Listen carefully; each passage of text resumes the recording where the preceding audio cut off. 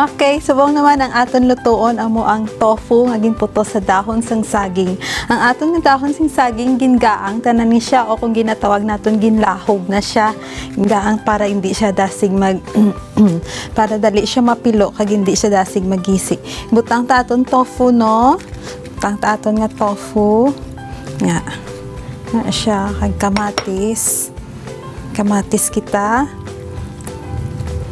Ang subong man may sibuyas kita, onion nga kinihad na. Kag may ara man kita ahos.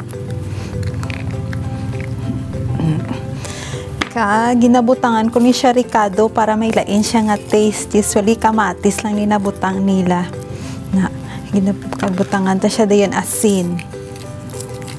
Ginabutangan ko man siya sing aswete. Gamay lang para mag-color na siya karon pula. Putsyon ta siyang amo na.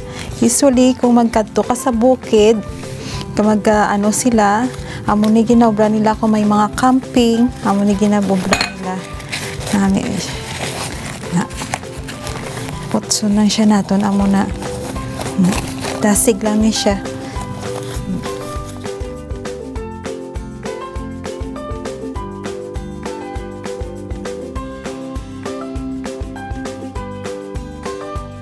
Nga mga inobrata na nadaan ni preparata na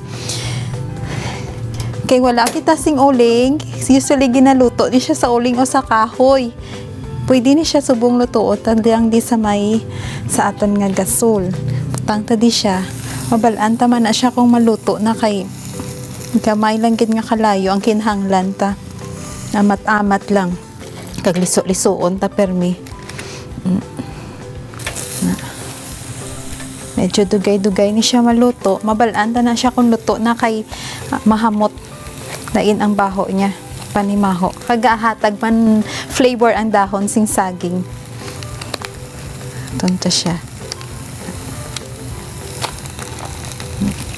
Latula-laton ta. Medyo hindi ta makontrol gawa kung ano. Kung sa gas, sa gasol. Pero kung sa kahoy, kinagulpi lang ni nila luto.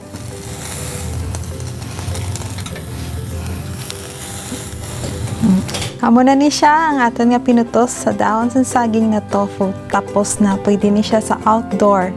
Mag-camping ka mo, pwede gid ni siya. Amo na ni. Okay na siya, pwede na siya i-serve.